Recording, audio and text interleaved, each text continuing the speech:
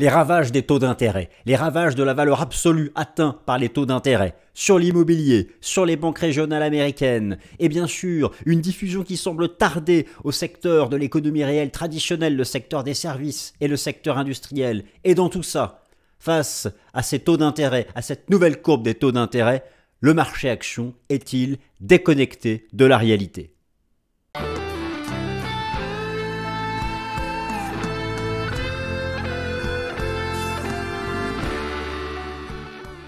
Alors chers amis, je suis ravi de vous retrouver pour la nouvelle édition du Top Gun. Bienvenue. Oui, j'ai utilisé un titre un peu fort, les ravages des taux d'intérêt. Mais bien quoi, nous sommes après une semaine qui a vu la résurgence de la crise bancaire aux États-Unis, et ce n'est pas rien, qui a vu Moody's, une agence de notation très respectée, dégrader plus d'une dizaine de banques régionales américaines parce que leur bilan est en situation difficile du fait de cette remontée verticale des taux d'intérêt, qui a vu les banques annoncer une hausse, les banques régionales américaines. Je vous rappelle qu'aux États-Unis, les banques régionales représentent environ 60, elles gèrent 60 à 65% des consommateurs américains de l'offre de crédit en cours. Eh bien, qu'est-ce que ces banques régionales ont annoncé ? Une hausse de 75% des taux de défaut, 75% en un an de défaut sur quoi ? Eh bien, sur leurs clients qui font des crédits court terme, via les crédits dits cartes de crédit, ou même vis-à-vis des emprunteurs immobiliers à taux variable. Les défauts commencent à exploser et donc c'est de l'argent que les banques ne vont pas récupérer. Alors, la semaine dernière, cette actualité autour des banques régionales américaines a relancé le débat, le fameux débat sur la probabilité d'une récession aux États-Unis. À un moment où le marché action, oui, alors oui, c'est ça la vraie question. Vous savez, là dans cette vidéo, nous allons traiter plein de sujets. Alors, oui, les ravages, le mot peut sembler un peu fort, mais regardez l'immobilier. Regardez ce qu'annoncent certaines banques. Certains secteurs sont déjà ravagés ou bloqués ou gelés par la nouvelle courbe des taux d'intérêt. Eh bien, moi j'estime que plus que jamais, il est temps de rééquilibrer son portefeuille boursier. Alors non pas d'abandonner les actions, mais de rééquilibrer son portefeuille boursier en faveur des obligations. Pas forcément de couper toutes les actions, car effectivement, la tendance haussière sur le marché action, elle est là depuis octobre dernier, elle est là depuis le début de l'année, même si depuis fin juin, il y a des prises de bénéfices et qu'on retrace. Rien n'indique avec certitude encore sur le plan chartiste que cette phase haussière soit terminée. C'est peut-être simplement encore une période de retracement avant d'aller rechercher les records du SP500. Par contre, sur les stars de la tech, vraiment ça retrace. Là, on avait réatteint les records de décembre 2021. Donc, il y a énormément de sujets ici que j'ai envie de traiter avec vous. Mais tout va se centrer sur ces taux d'intérêt, alors qui ont un effet extrêmement négatif sur certains secteurs de l'économie. Après, voilà, bon, le mot peut sembler un peu fort, mais nous sommes ici, c'est une discussion entre vous et moi. Nous pouvons parler librement, poser des arguments. Et oui, bien sûr, il faut plaire aussi à notre hôte Swissquote. Donc, comme d'habitude, pour plaire à notre hôte Swissquote, pour vous plaire d'abord, et puis plaire à notre hôte commun, qui j'espère mettra un like comme vous. Bon, vous n'êtes pas obligé. Hein. Alors, j'ai préparé quelque chose de construit. Alors, tout d'abord, je vais revenir avec vous un mot rapide sur... Oui, car en plus de la résurgence de la crise bancaire américaine la semaine dernière, avec des datas concrètes, qui a relancé le débat sur la probabilité d'une récession aux États-Unis, un mot sur l'inflation, car c'est le second sujet, mais qui revient, car il y aurait au même moment une seconde vague d'inflation. Vous imaginez le schmilblick ? On commence à réaliser les effets désastreux de la valeur actuelle des taux d'intérêt sur certains compartiments de l'économie. Mais alors, vous imaginez si, en plus du fait, pour le moment, du rebond du prix du pétrole depuis fin juin, s'il y avait une seconde vague d'inflation. La semaine dernière a vu la mise à jour du CPI, du PPI. Moi, j'estime que non, j'estime que c'est conjoncturel. J'ai traité le sujet du pétrole dans le Fast and Forex la semaine dernière, je vous invite à le reprendre. J'estime que c'est conjoncturel. D'ailleurs, l'inflation sous-jacente, elle, qui est encore certes l'inflation sous-jacente qui exclut les éléments volatiles comme le prix de l'énergie et de l'alimentation, elle reste quand même dans une phase de repli, même si elle est largement au-dessus encore des objectifs des banques centrales, les fameux 2%. Mais voilà, moi j'estime que cette seconde vague d'inflation n'est pas là. C'est un rebond de l'inflation, peut-être jusqu'à septembre, octobre, du fait d'éléments de base. La contribution du pétrole, le pétrole ayant rebondi, sa contribution n'est plus négative à l'inflation, elle n'est plus désinflationniste, parce qu'on compare entre août-septembre 2023 à août-septembre 2022, maintenant c'est c'est à peu près les mêmes prix, donc c'est normal, hein, on n'est plus aux 120 $, donc c'est un effet de base, ça va retomber. Alors oui, alors le prix du pétrole, l'aspect géopolitique, j'ai traité le sujet dans Fast and Forex, on ne va pas en parler trop dans cette vidéo. Donc la résurgence de la crise bancaire a relancé le débat sur la probabilité d'une récession. Ça tombe bien, cette semaine, vous avez les deux plus gros, allez, 2 sur 3, les deux parmi les plus importantes statistiques américaines pour juger justement de la croissance économique. Vous savez que le PIB américain, c'est 80% de la consommation des ménages. Et la consommation, eh bien, vous avez cette semaine la mise à jour des ventes au détail aux États-Unis. Pour la partie consommation, vous avez aussi la mise à jour du taux de croissance annuel de la production industrielle aux États-Unis, sachant que ces deux baromètres tutoient le zéro. Même la production industrielle est devenue négative. Je vous ai fait apparaître, là je vous fais apparaître les graphiques. Donc ça c'est majeur en fait. La question que tout le monde se pose. On a bien compris que l'immobilier est au tapis. Alors pas forcément les prix parce que les vendeurs lâchent rien, mais les transactions au tapis à cause des taux. Très bien. Les banques, parmi celles qui ont le bilan les plus fragiles, au tapis, en tout cas des pertes énormes. D'ailleurs, il y a déjà eu un plan de sauvetage de la Fed en mars dernier. Hein. Bon, mais Moody's a dit que d'autres dégradations allaient venir. Pourquoi? Parce qu'en face, l'argent qu'elle a prêté, si en face vous avez des emprunteurs à taux variable qui ne peuvent plus rembourser, ça c'est une perte pour la banque. Et alors imaginez si bientôt le taux de chômage augmente. Et que la personne en face qui déjà a son taux variable, elle ne peut plus gérer, et si en plus perd son emploi, ce que je ne le souhaite pas. Vous imaginez pourquoi ce débat sur la probabilité, ce débat sur la contagion, la diffusion de ce qui se passe en immobilier et sur les banques, si ça devait se passer dans le secteur des services, qui est très varié, ou même dans le domaine industriel, c'est chaud. Et dans tout ça, alors le marché action, il peut sembler complètement déconnecté. Pire. Malgré ce contexte, malgré l'actualité sur les banques, les anticipations de bénéfices sont encore complètement perchées. Alors qui est perché? Les anticipations de bénéfices ou le raisonnement des analystes financiers? La Banque d'Angleterre a dit récemment qu'on éviterait de justesse la récession. Ils ont peut-être raison. Peut-être que l'économie aura cette capacité à s'adapter à ces taux d'intérêt qui ne sont plus à zéro. Au fond, l'excès, c'était ça. C'était les taux zéro. Ce n'est pas les taux à 4 ou 5, l'excès. C'est les taux à zéro. Voilà, donc peut-être que l'économie va s'adapter à cette normalisation. Et à ce moment-là, le marché action tiendra. Mais dans tous les cas, moi je pense qu'il faut, et vous savez, je le répète, je n'arrête pas d'en parler, l'arbitrage, une partie de votre portefeuille en faveur des obligations, ça fait des mois que j'en parle. Le prix n'a pas bougé. Le prix n'a pas bougé.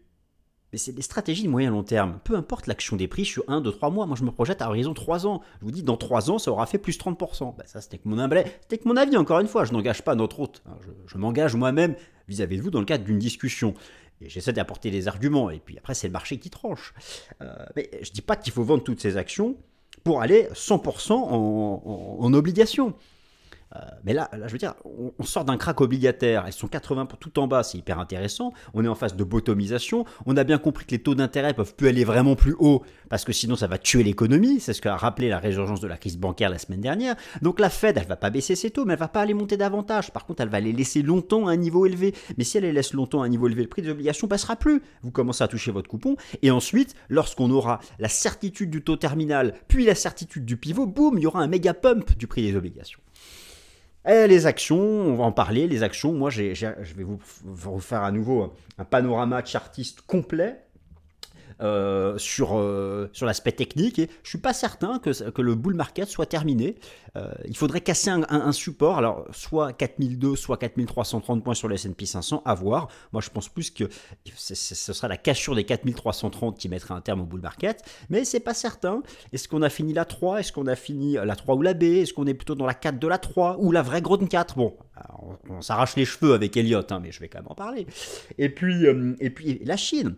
La Chine en déflation, ça va se diffuser, ça. Mais alors, même s'il y a une politique monétaire ultra accommodante pour booster tout ça, ça va se diffuser. C'est ça, là, on peut, par exemple, les indices européens, là, ils bloquent notamment le DAX sous leur record historique, parce que, par exemple, l'Allemagne, elle est archi liée au commerce extérieur chinois. Et là, le commerce extérieur chinois, il chute. Donc on parle de tous ces sujets, mes amis. Voilà, les ravages des taux d'intérêt, le marché action est-il déconnecté? C'est parti. Alors, chers amis, je me suis réduit, étant donné que j'ai déjà parlé suffisamment longtemps, on passe directement au vif du sujet. Alors oui, il y a des sous-titres. La récession aura-t-elle lieu? La guerre de Troie n'aura pas lieu. La récession aura-t-elle lieu? Quoi qu'il en soit, le temps est venu du rééquilibrage entre actions et obligations. Ça, c'est ma conviction. Le plan, je viens de vous le donner. Et donc, on attaque directement la première partie. Le rebond de l'inflation aux États-Unis en juillet n'est pas structurel au stade actuel. Alors, la semaine dernière, on a eu la mise à jour du CPI et du PPI. Alors oui, le CPI a rebondi. Quelles composantes en sont responsables? Quelles composantes en sont responsables? Écoutez, c'est le pétrole. Ce sont des choses dont j'ai déjà parlé à plusieurs reprises, mais que je vais vous remontrer. Je vais un peu vite là. Que je vais vous remontrer. Le rebond de l'inflation, il n'est pas sous-jacent. Vous avez l'inflation nominale, avec toutes les composantes de l'inflation. Les plus importantes étant l'immobilier, les services. L'immobilier, les services, le prix de l'énergie, l'alimentation. L'alimentation ne rebondit pas, parce que le prix du blé est au tapis. Le prix du pétrole, oui, rebondit. Ça a fait rebondir une partie de l'inflation, d'une composante de l'inflation. Et encore, la contribution est juste moins négative. Alors oui, si le pétrole va à $90, oui, ce sera inflationniste. Oui, il y aura à nouveau une contribution positive. Mais toutes les autres composantes, écoutez, je vais vous montrer ça. Comme ça, on évacue direct le sujet de l'inflation parce que ce n'est pas ce dont j'ai envie de vous parler dans cette vidéo. Vous avez ici, alors oui, la Fed de Cleveland nous dit que le CPI pourrait même remonter à 4% en août. Les chiffres seront publiés en septembre. Oui, très bien, mais lorsque vous regardez tout l'ensemble des composantes de l'inflation, en fait, ce n'est pas une seconde vague d'inflation, c'est une stabilisation dans la désinflation.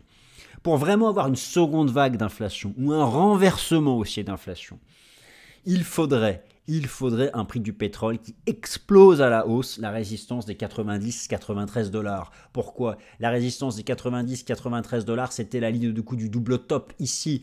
Donc, tant qu'on est en dessous, alors la contribution est encore négative du prix du pétrole. Si jamais on allait dans cette zone-là, ce serait une contribution neutre, voire légèrement positive. Parce que regardez, en septembre, en septembre 2022, on était là. Donc, si là, en septembre 2023, on se retrouve ici, il y aura une contribution positive. Trueflation le montre bien, regardez le graphique, où là, vous avez la courbe de la contribution du prix du pétrole au CPI. Alors, elle est encore à moins 10%, elle contribue à hauteur de moins 10% de pourcentage dans le CPI, mais voilà, si on remonte à 85-90 $, ça va revenir à la ligne de zéro. Donc c'est simplement, alors c'est vrai que ça pèse 19% dans le calcul de l'inflation, mais toutes les zones composantes, l'alimentation boisson, ça baisse, l'immobilier, ça baisse, c'est 23%, l'immobilier, l'utilities, ça baisse, la santé, ça baisse, etc. Bon, les services aussi, donc il y a, en tout cas la tendance est baissière, donc il y a un certain nombre de choses, moi, qui me font dire que voilà, cette seconde vague d'inflation, je n'y crois pas. Par contre, un rebond de l'inflation, peut-être jusqu'à 4% en version nominale jusqu'en septembre, octobre, avant de repartir à la baisse, oui, dans ces cas-là, ok, pourquoi pas. Mais encore une fois, il faut 12 à 18 mois pour qu'un changement de cycle des taux d'intérêt se diffuse à l'économie réelle. Donc en fait, oui, là, le taux de la Fed est à 5,5, mais il est à 5,5 depuis un mois. Vous voyez, c'est pour ça. Et d'ailleurs, c'est pour ça que c'est vraiment à partir de la rentrée de la fin de l'année qu'à l'économie réelle, on sait qu'il y a énormément d'entreprises qui arrivent au bout de leur ligne de crédit à partir là, du T4, et, sauf qu'elles avaient emprunté entre 0 et 1, là ça va être pas pareil. Et comment ça va se passer? Est-ce qu'elles vont encaisser le choc ou pas? Est-ce qu'elles vont devoir licencier ou pas? Et si elles licencient déjà avec des consommateurs, je vous montrerai ça tout à l'heure, le taux les crédits à la consommation via carte bancaire aux États-Unis, le taux est à 20%. 20%. Et le taux de défaut explose. Il ne faut pas que ce salarié-là perde son job. Ah, ça va être chaud. Si déjà il a du mal à rembourser avec son job. Donc voilà, c'est pour ça que tout prend du temps à se diffuser à l'économie réelle, mais peut-être que l'économie arrivera à y faire face. Résurgence de la crise bancaire US qui a donc relancé le débat sur la probabilité d'une récession en Occident. Alors l'agence Moody's a dégradé la note de crédit de 10 banques régionales américaines la semaine dernière et a alerté sur d'autres dégradations possibles de banques régionales de premier rang comme US Bancorp. Une semaine après la dégradation par Fitch de la dette souveraine des USA, c'est vraiment, pour moi, on est dans le débat sur la contagion de la remontée des taux d'intérêt et de leur valeur actuelle au ralenti, à l'économie réelle. Alors, On a bien vu que cela produisait déjà des ravages dans le secteur bancaire et immobilier. Le débat est relancé quant à une contagion au secteur industriel et des services. Et bien justement, cette semaine, vous avez la mise à jour, j'en parlais tout à l'heure, des ventes au détail aux États-Unis, baromètre de la consommation des ménages, et la mise à jour de la production industrielle, baromètre de l'investissement manufacturier. Donc effectivement, là, je vous remets l'actualité sur à propos de Moody's, qui était donc la semaine dernière. Et donc cette semaine voilà les deux grosses mises à jour principales. Et là, vous avez eu donc la réaction sur le secteur bancaire. Je vous montre ça en direct, ce sera quand même plus propre. Donc tout d'abord, vous avez eu la semaine dernière, je vais vous montrer les indices sectoriels. L'indice sectoriel S&P 500 des valeurs bancaires. Là, vous avez le choc bancaire de mars 2023. Vous voyez qu'alors, ici, si les banques du S&P 500 ont arrêté de chuter ici à l'époque, c'est parce que la Fed est intervenue. Là, vous voyez que la pente commence pas à être exceptionnelle. Je peux même vous montrer le graphique des banques régionales. Vous voyez qu'en fait, elles ont quand même les banques régionales américaines en bourse via cet ETF. On est très loin d'être remonté au point de départ. Donc ça reste quand même touchy, ça reste quand même sous pression. Et c'est parce qu'elles sont en difficulté, ces banques. Elles sont en difficulté parce qu'il y a plusieurs choses. Déjà, elles peuvent avoir dans leur bilan des obligations qui se sont fait écraser à cause de la remontée des taux d'intérêt. Je vais vous remontrer la corrélation inversée entre cycle des taux d'intérêt nominaux et prix des obligations. Et si en plus de ça, elles prêtent de l'argent à des entreprises ou des consommateurs qui ne peuvent pas rembourser car endettés à taux variable, et pire s'ils perdent leur job, voilà. Donc c'est pour ça que là, les agences de notation s'inquiètent.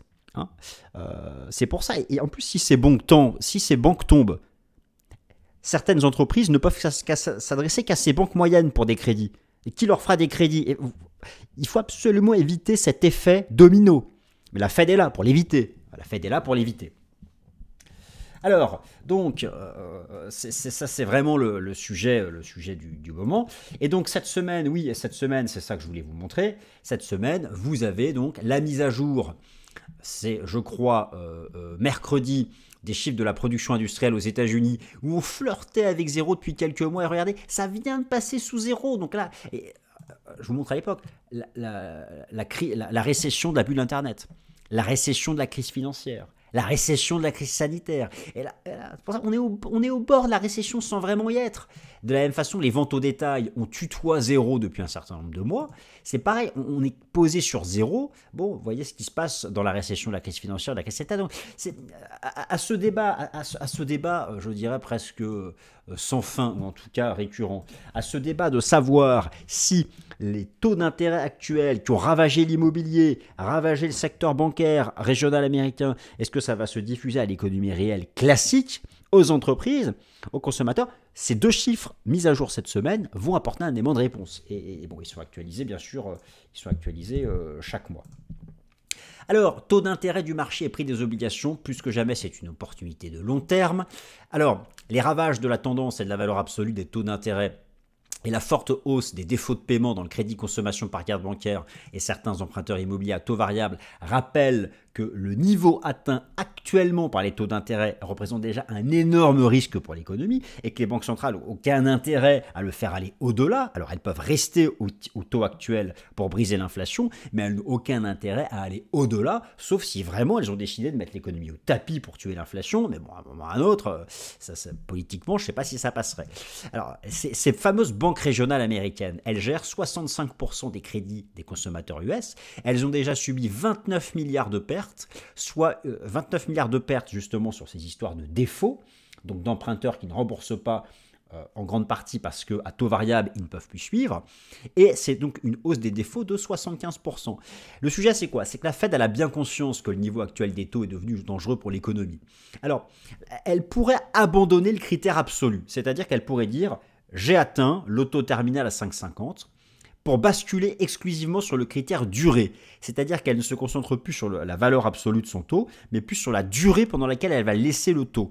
Et l'idée, ce serait de laisser les taux plusieurs mois à 5,50, le temps que le CPI sous-jacent, donc qui ne tient pas compte du pétrole, je vous rappelle, tombe sous 2%. Dans tous les cas de figure, le prix des obligations est toujours en bottomisation de long terme. Alors là, je vous montre justement quelques les chiffres un peu qui sont tombés la semaine dernière, la hausse de 75% des défauts, en particulier donc sur les cartes de crédit. Et ici, regardez ce que je vous montre. Ici, je vous montre l'évolution du taux d'intérêt du crédit à la consommation par carte bancaire aux États-Unis. Regardez l'envolée, ça a fait x2. Donc, on veut bien comprendre pourquoi certains consommateurs sont en difficulté. C'est le moment, il ne faut pas vendre toutes ces actions. Il y a des secteurs, il y a du stock picking et tout. Moi, je dis simplement, il faut augmenter le poids relatif du marché obligataire. Parce que déjà, le krach obligataire, il est derrière nous. Quand on est tout en bas, on ne peut pas tomber. Alors, qu'est-ce qui pourrait... Un nouveau krach obligataire, c'est impossible. Mais éventuellement, d'aller chercher un peu plus bas sur le prix des obligations. Ça serait cette fameuse seconde vague d'inflation. Mais une seconde vague d'inflation. Alors que l'économie est en train d'être brisée, là, par les taux d'intérêt, ce serait une inflation purement énergétique. C'est quoi? C'est une guerre mondiale? Oui, d'accord, ok, j'abandonne. Et encore, en guerre mondiale, vous croyez qu'on reste sur les actions? Bon, j'exagère un peu, mais à un moment ou à un autre, il y a le côté aussi aversion pour le risque. Alors, les flux peuvent effectivement quitter les actions et aller en cash. 100% en cash, ils ne sont pas obligés d'aller sur les obligations. Enfin, ne partons pas dans les cas extrêmes comme ça. Vous voyez, moi j'aime bien discuter avec vous, je pars un peu dans tous les sens. Bon, bref. Mais tout ça pour dire que l'unique cas de figure qui reporterait mon scénario de rebond du prix des obligations, qui est stable, hein, il est stable depuis 6 mois. Et entre-temps, on touche des coupons en plus. Bon, enfin, c'est une fois par an. Pour certains types d'obligations, il y a plein de types d'obligations. Enfin, on ne va pas rentrer dans tous ces détails. Mais ce serait quoi? Ce serait une seconde vague d'inflation, un rebond de l'inflation vers 4,5%, 5%, qui contraindrait la Fed peut-être à aller à un taux terminal à 6%. Elle ne peut pas vraiment aller au-delà, elle tue l'économie, elle met en faillite toutes les banques régionales. Mais imaginons qu'elle aille à 6 et qu'elle utilise son bilan pour contrebalancer les effets de ces taux. Ce qu'elle a fait en mars avec son plan d'urgence pour les banques régionales américaines. Là, effectivement, le prix des obligations ira chercher encore un poil plus bas. Mais pour moi, ça reste une opportunité. Je vais vous montrer les graphiques. Je vais vous montrer les graphiques. Bon, là, je ne voulais pas faire une vidéo spéciale sur les obligations, mais je me suis lancé. Donc, écoutez, on continue. Il faut aussi que je vous parle des actions. Mais voilà, pour moi, le prix des obligations, il est en phase de bottomisation. Je vous rappelle que c'est une stratégie de moyen-long terme. Donc, ça ne sert à rien de regarder les graphiques tous les jours, toutes les semaines en disant ça n'a pas bougé, c'est au même prix ou c'est un peu plus bas. On s'en fiche. L'idée, c'est rendez-vous en 2025. Et donc voilà, alors là j'ai choisi justement l'obligation longue à 20 ans du Trésor public américain et le Bund allemand. Les deux pour moi sont en phase de bottomisation. Et je vais arrêter de dire ce terme franglais là, qui ressemble à rien, mais je vous les remontre ici. Donc on va aller voir déjà, nous allons déjà aller voir le Bund. Alors, voilà, je vous fais alors déjà, voilà, pour moi, nous sommes dans la 5e. Tout est hyper classique. Là, c'est le krach obligataire entre 2021 et 2022, du fait de la remontée des taux d'intérêt. Je vous renvoie vers mes vidéos de corrélation inversée entre le cycle des taux d'intérêt nominaux et le prix des obligations. Première vague, une 2, une grande 3, une 4. Nous sommes dans la vague 5, qui en plus a une forme classique en biseau descendant, avec une belle divergence haussière. Après avoir retracé 50% de tout le bull market depuis 30 ans, voilà, c'était voilà, en 50% en arithmétique. Bon, moi, j'ai pas de sujet. Pour moi, c'est l'opportunité. C'est acheter le Bund maintenant. J'ai aucune inquiétude. Alors, même à horizon 6 mois, j'ai aucune inquiétude. Alors, à horizon 2 ans, pour moi, on est là. Hein, donc, voilà, passer de 130 à 150, je vous laisse calculer en pourcentage. Je peux prendre le TLT, pareil, hein, l'obligation longue US. C'est exactement la même chose. Alors oui, on est dans la 5e jambe de baisse. Elle peut peut-être aller encore un peu plus bas, et encore moi je n'y crois pas. Mais voilà, on est au bout du krach obligataire. Et ça j'insiste, ça j'ai pas changé d'opinion sur ce sujet. Ce graphique je trouve ici encore beaucoup plus parlant. Moi je suis beaucoup plus à l'aise à acheter ça que d'acheter le SP500 tout en haut. Après chacun fait ses choix. Hein, chacun bien sûr. Ensuite chacun fait ses choix en âme et conscience, comme on dit. Donc, voilà, alors je continue, j'en étais où, moi? Perspective de bénéfices et valorisation, le marché action est-il déconnecté de la réalité? Alors, la saison des résultats du T2, oui, c'est vrai que c'était ça le titre de la vidéo. Est-ce que le marché action est déconnecté? La saison des résultats du T2 n'a pas vu d'explosion haussière des avertissements sur résultats et sur chiffre d'affaires. Il y a eu des petits profit warnings, mais c'est rien d'incroyable. Moi, je vous rappelle qu'il faut du temps pour que les hausses de taux d'intérêt se diffusent à l'économie, 12 à 18 mois, et donc que progressivement, elles viennent égratigner les marges des entreprises, ne serait-ce que lorsqu'il va falloir renouveler les lignes de crédit à des taux 4 ou 5 fois plus élevés. La seule façon d'éviter ce scénario noir pour les entreprises et le marché action serait une baisse rapide des taux d'intérêt des banques centrales. Or, vous avez compris que ce n'est pas prévu de sitôt, eu égard à la résilience de l'inflation, et en plus avec le rebond du prix du pétrole. Alors, une question.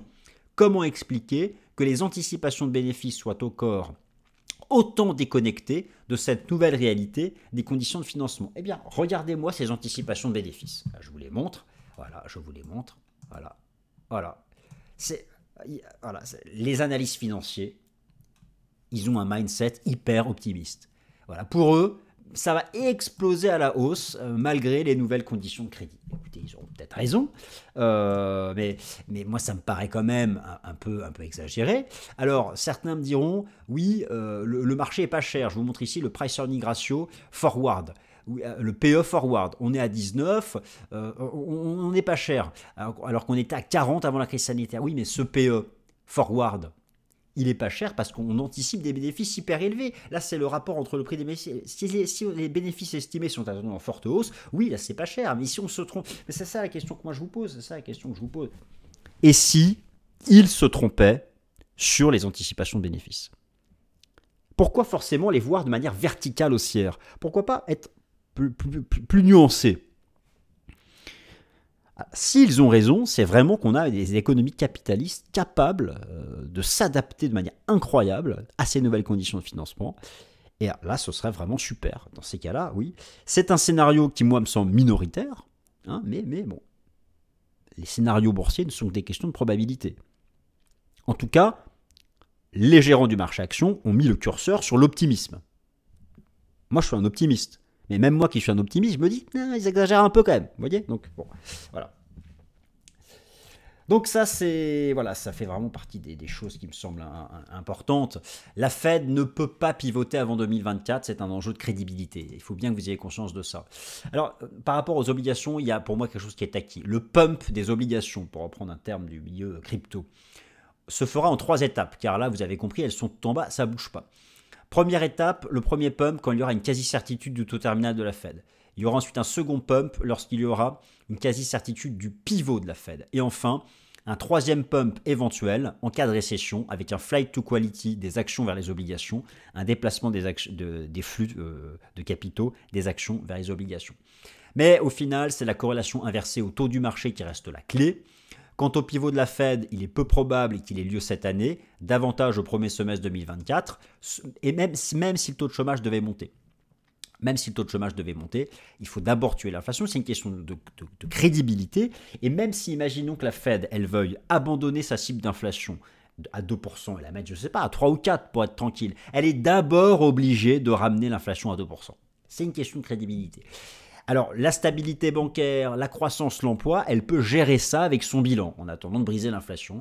Et donc, voilà, les anticipations pivot de la Fed, de toute façon, il n'est pas attendu avant 2024. Hein. Donc, voilà, et vous voyez que c'est une histoire de durée. Le taux terminal est peut-être atteint à 5,50, mais voilà, on peut rester 4, 5, 6 mois, peut-être plus à ce taux des 5,50, le temps de vraiment ramener l'inflation tout en bas.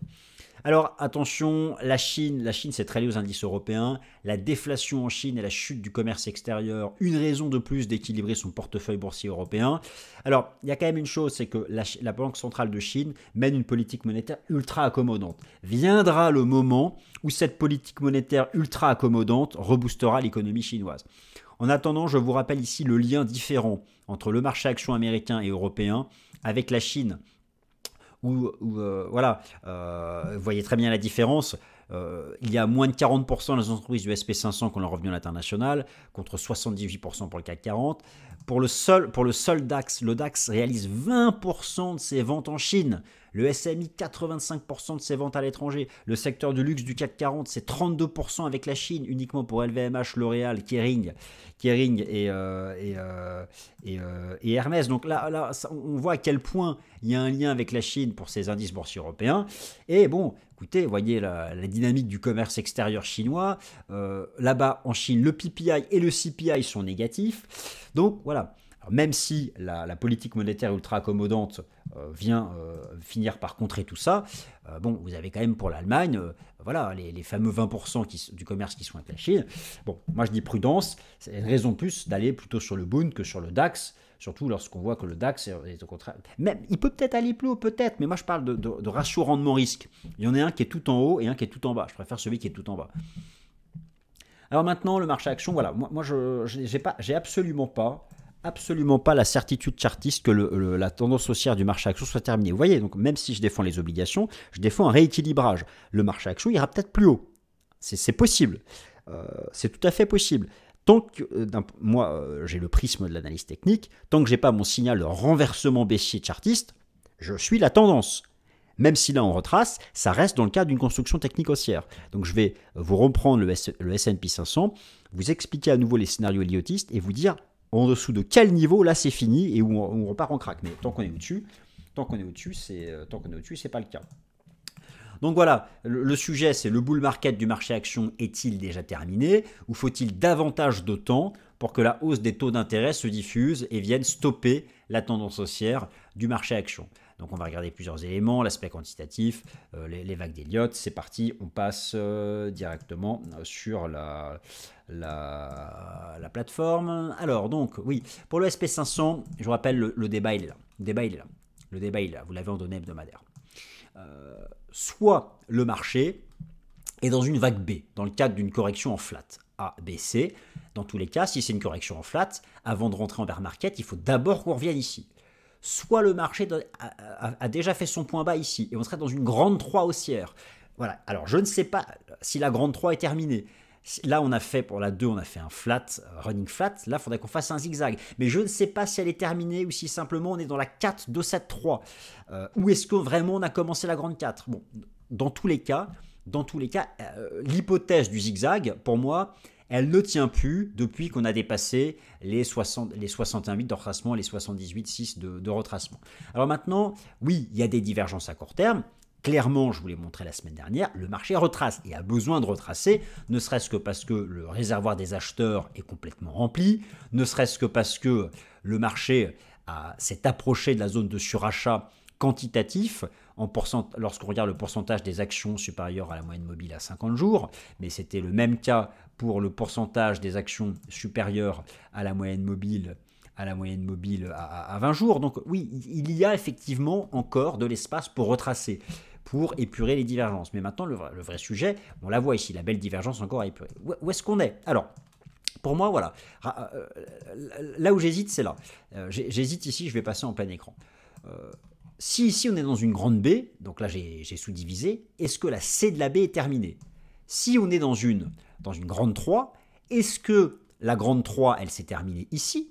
Et on aurait commencé la grande 4 où on pourrait retracer jusqu'à 4002, ou est-ce que nous sommes en fait que dans la 4 de la grande 3 ? Et moi j'aurais plutôt tendance à croire ça. Du coup, si nous sommes uniquement, j'espère que vous me suivez encore, dans la 4 de la grande 3, eh bien on ne retrace jamais davantage plus que 38,2 à 50% de la 3. Donc voilà, on pourrait revenir juste ici, 4350 avant de repartir à la hausse.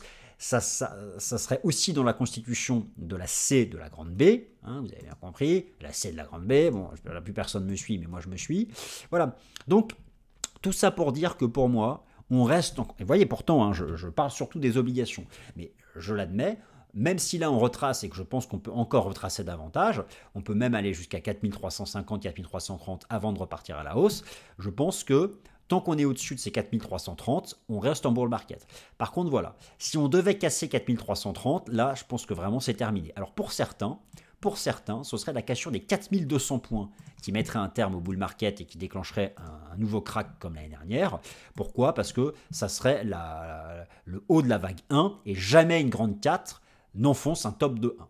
Donc voilà. 4002 ou 4330 au choix mes chers amis, et je vous laisse me dire dans les commentaires ce que vous en pensez. Voilà, j'espère que cette vidéo vous a plu. Alors d'après vous, est-ce que le marché action est déconnecté de la réalité ? Merci à toutes et à tous.